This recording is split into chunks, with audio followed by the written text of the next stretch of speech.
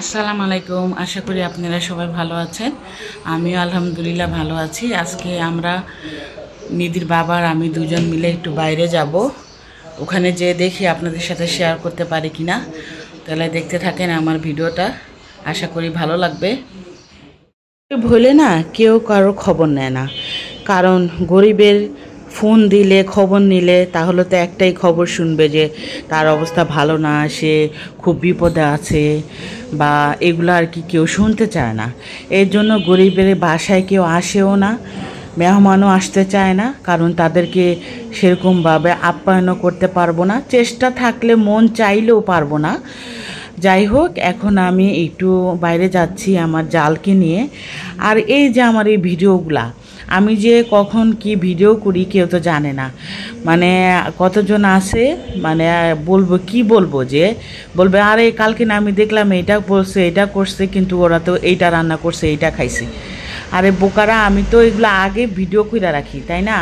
আমি এগুলা কিছু কিছু ভিডিও কইরা এটা আমি একসাথে মিল করে তারপরে ছাড়ি। আর এই যে সকালবেলা কিন্তু আমি চলে গেলাম একটু কোর্টে। কখন কি বিপদ আসে কেউ জানে না, আল্লাহ ছাড়া। যাই হোক, এখানে আবার একটু কোর্টে যাচ্ছিলাম একটু দরকারে। এবারে কি একটু ঝামেলা হয়েছে, সেই জন্য যাচ্ছিলাম। আর আমার বড় যা বলছিল যে তুইও আজকে একটু চল। আমার বড় যা, বড় ভাসুর, আমি, নিধির বাবা সবাই মিলে এখানে যাচ্ছিলাম। আর অনেক দিন পর বাইরে বের হয়েছি, খুবই ভালো লাগছিল। আগে কিন্তু বাসে চড়লে আমার খুব বমি লাগতো, খারাপ লাগতো। এখন মাসাল্লাহ সেরকম লাগে না।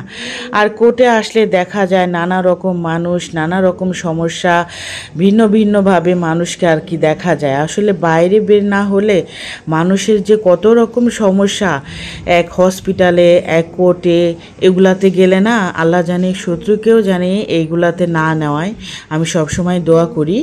আর এই যে এখানে আমরা কাজের পরে এখানে আমি আমার যা বসে বসে আবার গল্প করতেছিলাম।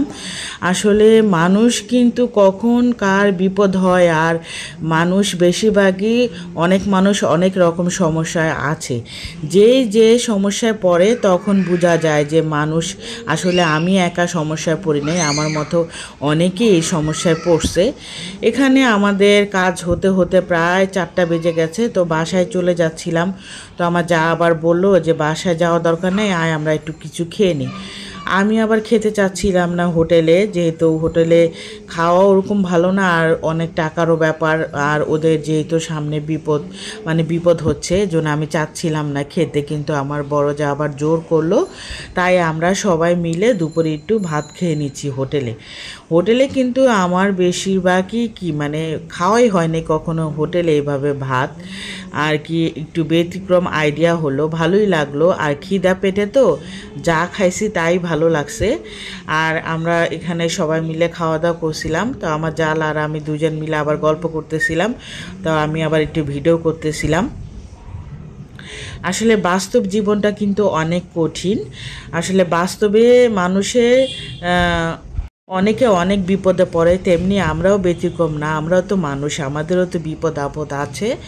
যাই হোক, রাতে আসার পরে অনেক বৃষ্টি হচ্ছিল, তো বৃষ্টিটা আবার খুব ভালো লাগছে, রহমতের বৃষ্টি, খুবই ভালো লাগছে। কারণ প্রচণ্ড গরম পড়ছে কয়েকদিন।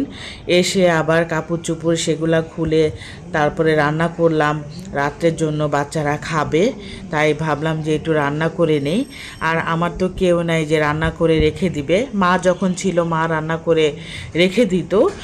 আর এটা হলো তারপরের দিন আবার ভিডিও করলাম, অনেক দিন ধরে ভিডিও দেই না, তাই ভাবলাম একটু একটু করে যে ভিডিওগুলো করেছি সেইটা আপনাদের সাথে শেয়ার করি।